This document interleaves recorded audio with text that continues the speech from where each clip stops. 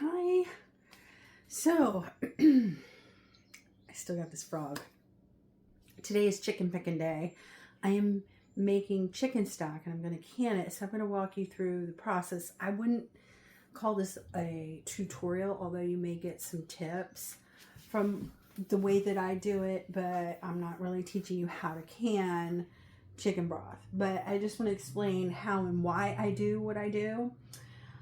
So I'll just start from the beginning because there's part of this that you haven't seen. So this pot right here, this is the pot that I cooked my chicken down. And what I did with, in this particular case, is I got 2 rotisserie chickens from Kroger. And then I also had some chicken leg quarters. There's one right here that I just cooked them down. With the rotisserie chicken, I picked all the meat off of it.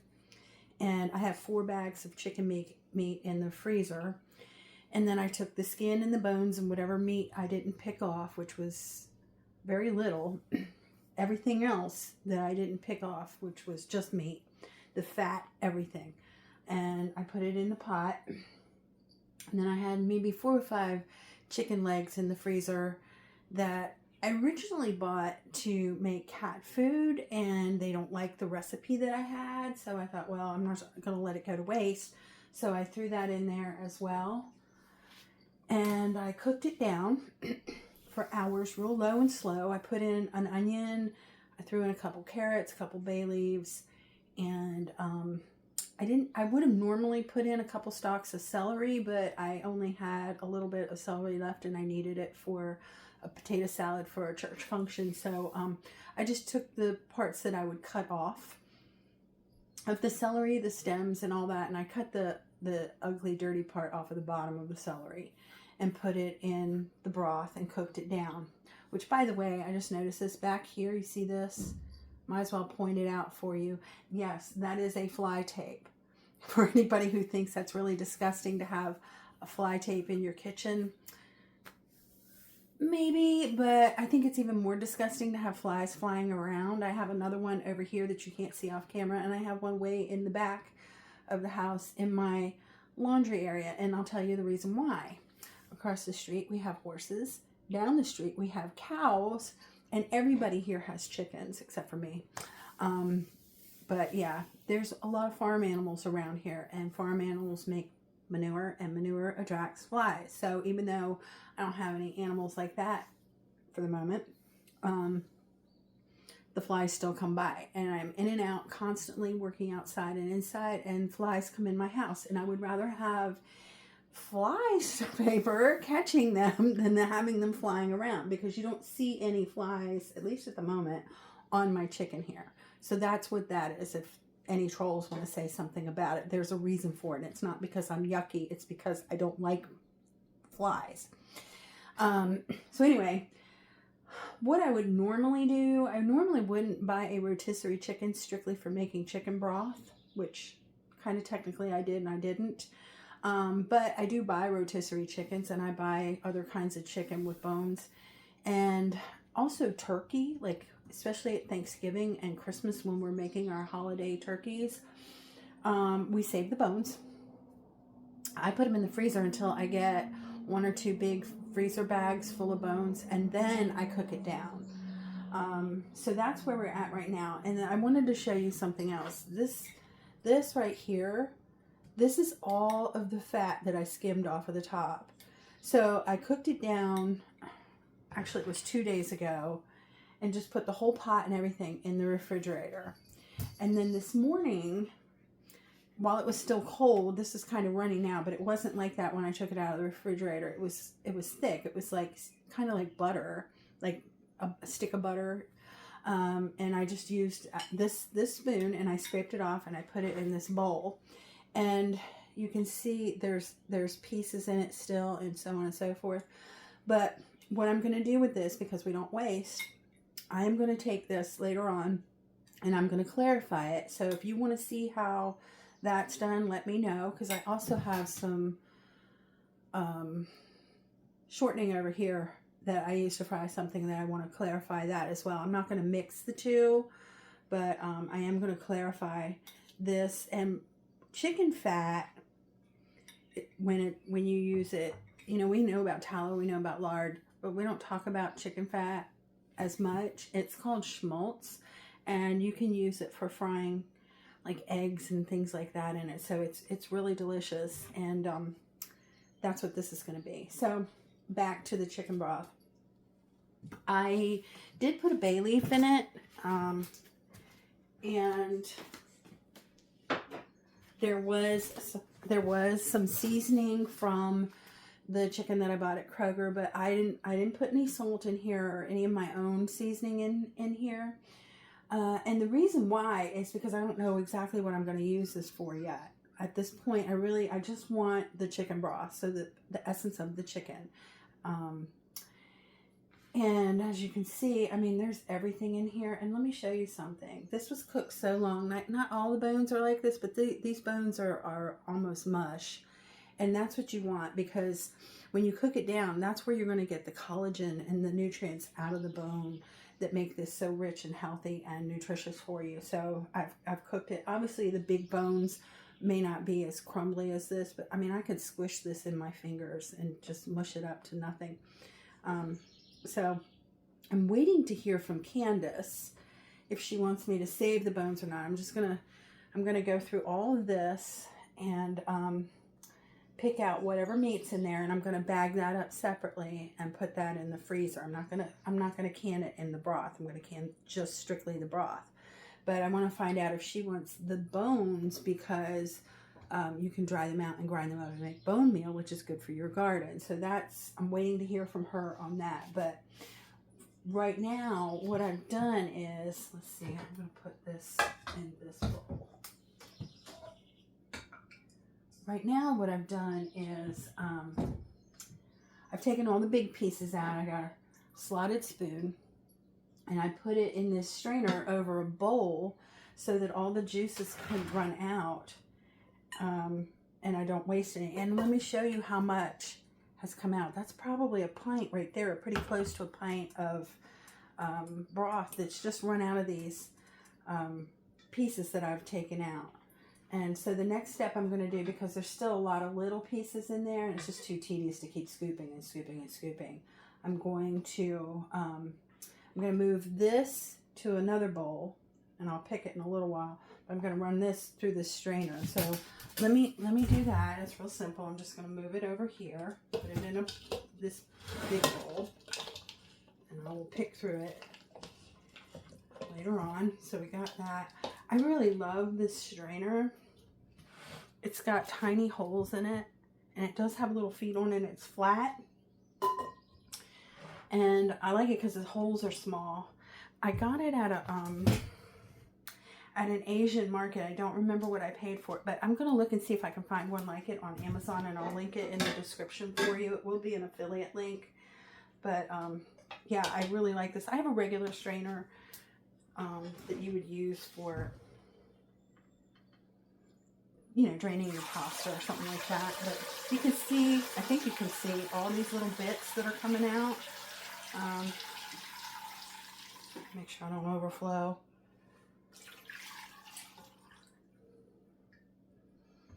So the nice thing about this strainer is that it does catch all those little bits. And let me see if I can do this without making a mess, just to get it in this bowl here. I just have a little bit more, but you know, all the smallest stuff is settled to the bottom. There's a bone, a couple bones. Okay, so I want to get everything out of this pot.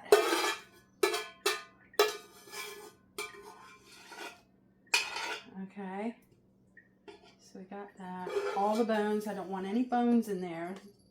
There may be some herbs and things that were left from the skin, but for the most part, that's, and you can see, I'm not going to really salvage through any of this. I might pull those couple little bones out because they're small and they would be easy to dry out for the bone meal if Candace wants that. Now, the next thing I'm going to do, and there's still some bits in here. It's okay. It's not going to be perfect, but it's good enough for me. I'm going to put it back into my pot like this and make a little bit of a mess. So the pot is about full to here now. So I've got like that much space, maybe like 2 inches, 3 inches maybe of space at the top of this container. That's what all the meat and the bones took up. I'm actually going to put water in here, and I'm going to put this on the stove and set it to boil. And I'll tell you why I'm putting water in, because, oh, you're watering down your broth. Yes, I am. But this broth right now is so concentrated because it was so full of meat. It can be watered down a little bit, and it will still have flavor, and I can still use it to make my different soups or whatever else, gravies, whatever I want to use it for. So I'm going to do that, and I'm going to get this on the stove and get it boiling. And in the meantime, I need to wash my jars and get this space set up so that I can start filling the jars. And I need to get my canner and get that cleaned out too, because it's been in storage. So I'll be back in a little bit. Okay, so what have I done now? I have moved you guys over to my stove and just wetting this. One of the steps that you have to do is make sure that the top of your jars are clean. And you always hear them say use a paper towel. Well, I don't use paper towels. So I have these. They're little cloths. This one's, it looks like this because it's old. I use it all the time. And this is what I use in place of paper towels. Unless I'm draining grease. But just to use a paper towel to wipe something up, this is what I use. And I can wash it. And I got them at Walmart. I think they're mainstay. Yeah, they're mainstays. They were cheap. I have some that I haven't even used yet. So they come in white and they also come in colors. So if you want to get that. Here's what we got going on here. This is boiling now. I had it on simmer just waiting for my jars to get hot. They're in my canner. And so what I did was, so you know, you have to have, because this is a hot pat, your jars have to be hot too or you're going to break a glass. So I put the jars in here. I filled them with water. And I put about 2 or 3 inches of water in the pot. And it's just starting to boil. So I know that they're hot. And what I'm going to do is, each one of these I'm going to take out. You can see it's hot. I don't know if you can see the steam. I'm going to pour the water off. Because I don't need that water. That's why I moved the table over here to the sink. And I have a towel down here on the table that I'm using. And we're going to start filling them. And you want to leave... I'll show you in a second. You want to leave, let me get this a little closer so I don't make a huge mess. I got a funnel. This is not my canning funnel, but it'll work. You want to leave a 1-inch head space. So I got my ladle, and we're just going to ladle them in. Okay, and you can see, look at this broth. Remember I said I added water? That's 1 ladle, and it's still a beautiful golden color. So I'm ladling it in, trying not to make a mess. I have a knack for making a mess. We're going to do it, and we're going to leave it up to 1-inch head space. And the other thing I did was, when I put the water up to here, and the reason why is because that's how much water we need to process this, okay? So I put a little vinegar in it. And the vinegar is going to keep your jars from turning white. I don't think it really hurts anything, but they start to look yucky. And I can tell you from not doing it that when they get that white film on them, it's almost impossible to get off. I've never been able to get it off. So here it is. I got my 1-inch head space, and I'm going to put it right back in here. Should probably turn this off for a moment. Then I'm just going to go to the next one. I've got, this one holds 7 jars. So I'm hoping to get, actually hoping to get 8 jars of stock. I think I can. Pour it out. Gotta be careful not to burn myself. Okay, there's the next one, and that's what we do. We just keep right on filling, a little bit at a time. Now, remember earlier I said I had scraped off all that, the fat off of the broth? there is still the tiniest little bit of fat in here, and I'm not really concerned about it. It's not enough that it's going to make a problem with the way that we process this. It's going to give just a little bit of more richness and flavor, and actually that visual appeal that we like when we see broth. You know, you like to see like just little sparkles of fat in it. It tells you that it came from an animal. Hopefully there's something appealing about it, and the truth is fat tastes good. It really does. So there's just the tiniest little bit in there. It's not enough that it's going to be greasy, because I took all that off, and it's over there, waiting for me to get to it, to make it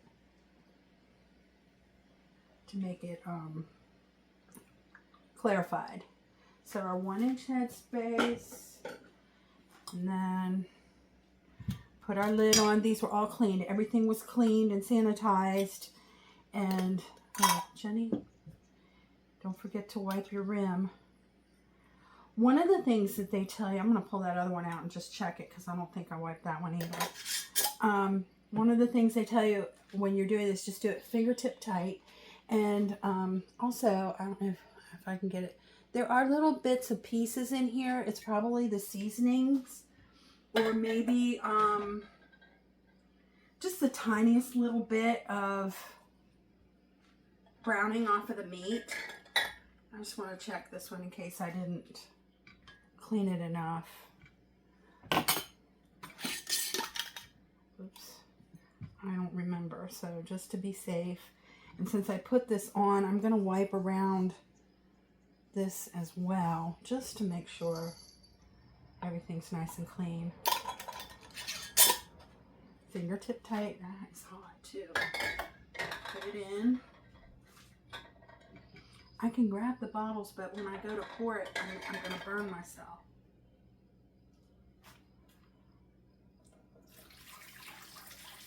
Everybody does this differently, you know?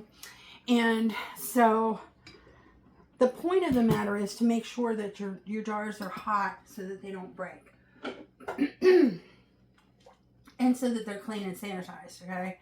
I know that some people are saying you don't have to boil your jars anymore, and I think that that's actually true because of the processing time. It's going to kill the bacteria. That's the whole point of the processing. But we do not want to ruin our jars. Our jars are an investment. And there's more than one way to do this. This is how I did it. My understanding is that dishwashers can also sanitize. I don't have a dishwasher, but you can sanitize with your dishwasher.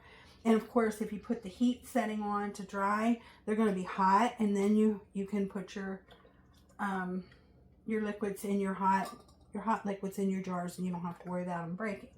So in some regards, I think there's different kinds of flexibility in canning. In other regards, no. Sanitation is always going to be an issue. Okay? You do need to make sure that you're using clean things, that your produce or your meat or whatever you're canning or processing is the best that you can get. I mean, although I gotta be honest with you, there were times when I would buy seconds at the farmer's market and still make the best canned tomatoes you ever had.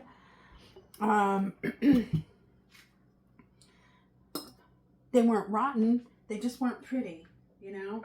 You definitely don't want rotten food in your canned products. You want to make sure that you're using quality foods. And see, here's the thing. You know, when you're canning straight from the farm or from your garden, your product is going to be top of the line. Think about this. How long does it take for something to get from the farm just to your grocery store? It takes a long time, sometimes weeks. And the vegetables that you're getting in there were probably green when they picked them.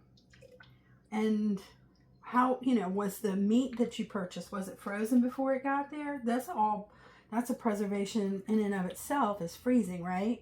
And then, you know, it's just that what I'm saying is, if you're doing this yourself from start to finish, you're already going to have the very best of the best, unless you let it sit, you know. But who's going to do that? The whole point of processing things is to make sure that you're feeding your family in the future, you're providing for your family, and that you have a quality product to start with. And in the case of this, you know, the whole thing, so the 2 chickens were $5.99 a piece, so that's $12. And then the bag of chicken, which I had already used half, was less than $8, so less than $20. And it's not just the chicken broth. I mean, that's what you see me doing here today, right? You see me doing the chicken broth. It's also the chicken fat. Have you looked to see how much chicken fat costs in the store? I'm not really sure about chicken fat specifically, but I know that for bacon fat, it's like $10 for a little tiny tub like this. And duck fat is ridiculous. So, you know, buying these fats are incredibly expensive. And here I'm going to have my own that I made off of 2 rotisseries and a couple legs. And I know exactly what's in it.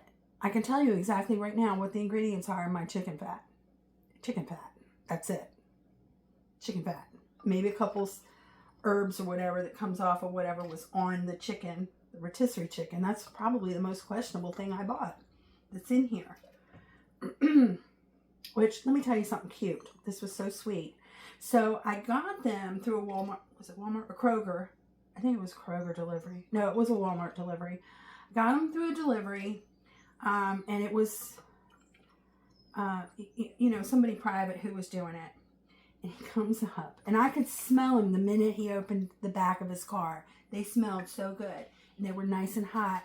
And he apologized because he was like right at the end of the delivery time. So he was kind of apologizing for taking so long to make the delivery, but he actually did make it within the time period. And I said, you know, don't worry about it.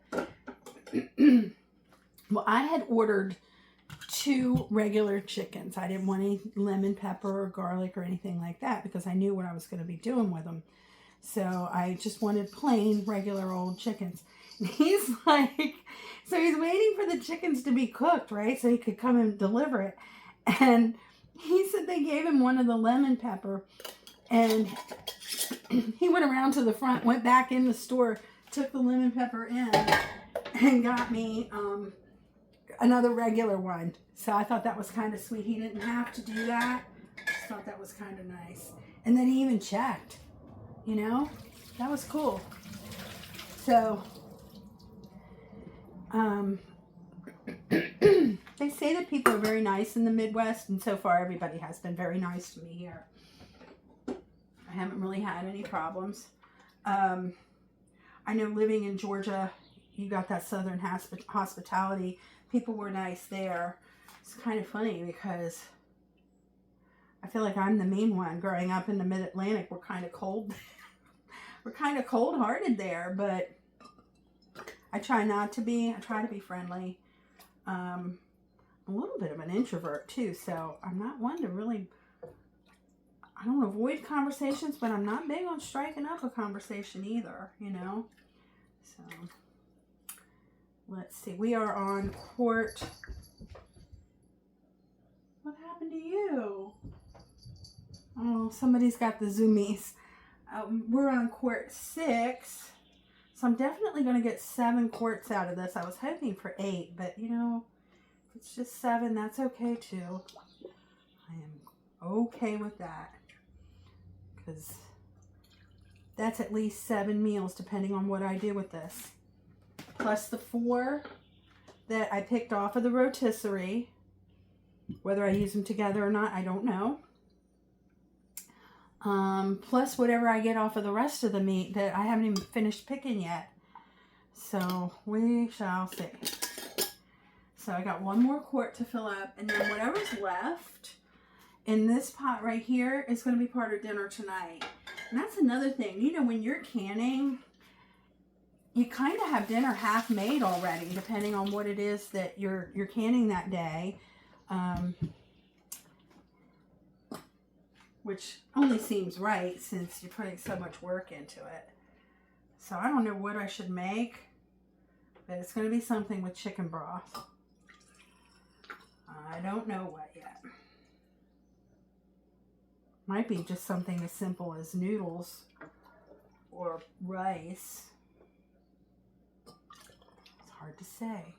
Now, one thing I will tell you with this, right now everything's kind of floating around, and you know, it's got this richness. When it sits on the shelf for a while, everything's going to settle. There she goes again. I don't know what is wrong with her. By the way, Missy here, before I got the chicken in the refrigerator, she thought she was going to help herself. I don't know what it is with these cats. They're up on counters and tables that they never did that before. But I guess because they've moved and they don't know that they're testing the limit. I don't know what they're doing, but yeah, she thought she was going to get into the chicken. And I don't think she was trying to help. Anyway, when it sits for a while on the shelf, it will separate. So you may see at the top, you can't see this one, but I'll show you. You may see at the top a little bit of the oil or the chicken fat that's hardened because it's not hot anymore, right? And at the bottom, you may see sediment. Just keep in mind, this is not store-bought broth, okay? So you can see there's fat here. This may get a little solid. And then down here, you can already start to see, look, I'm way up. See that there's some sediment down in there? That's all part of the chicken. So we don't want to worry about, we don't need to worry about those things. So I got 7 quarts, and I have maybe another quart in here. Oops, I can't turn it anymore. It's probably about a quart, maybe not quite a full quart. So I don't know what I'm going to make out of that. But now we are ready to get our cans processing. So what we want to do, I have the heat on just a little bit above medium, and we need to line up this with this lock over here, because what's going to happen is it's a safety catch so that nobody opens it when the pressure is up. Okay, you see how that was a little stiff to turn? That is because the seal on the inside, there's a rubber gasket around here, and my gasket is good. So this has to process for 25 minutes because of where my altitude is at 15 pounds of pressure. So let me show you. Wait a minute, let me put it back together. This is my weight, okay? And it has these little rings on it. And that's 10 pounds. This one's 10 pounds, and that's 5. So I'm going to put 1 on because it's got to process at 15 pounds of pressure. And I'm going to put this in a little cup I have over there where I put my rings if I take them off so that I don't lose it. But first, we're going to turn it on. I'm going to turn it up just a little bit more. And we're going to wait for this to start steaming. And then we're going to time it for 10 minutes. After 10 minutes, we're going to put this on. And that's when it's going to go and we're going to cook it for 25 minutes. So it's like 35 minutes total time that it's up here cooking. So I'm just going to let this come to where the steam comes out, and I'll show you what it looks like, okay? Okay, so we can hear it boiling, and if you look, the lock has come up. Now there's no way to open this canner at this point, and listen. You hear that little hiss? That is the sound of the steam coming out. So we're going to set the timer for 10 minutes now. There we go. That's what we're looking for. You want to hear that. Just steady. We don't want it spitting water. There's a little bit of water coming out. I keep turning the pressure down. I mean, the heat down a little bit. But you want this steady kind of thing that it's doing, that little rocking or waltzing as they call it. Now for 25 minutes, we're going to process this.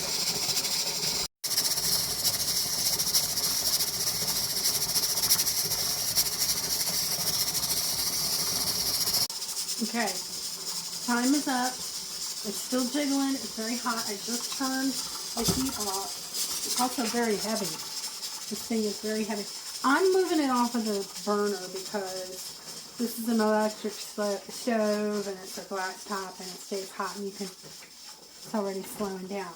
So what we're going to do now is we're just going to leave it alone. It's going to cool down by itself and we're going to wait until the lock goes down. We're not going to take the weight off. We're going to leave that alone. We're going to leave everything just as it is and let it cool down naturally. And then we'll take them out. Okay, there they are. 8 quarts. This one did not get canned, so it's going to go in the fridge. They're going to sit here until tomorrow, and then I will wipe them down and take the rings off, and we will have 7 quarts in storage for whenever.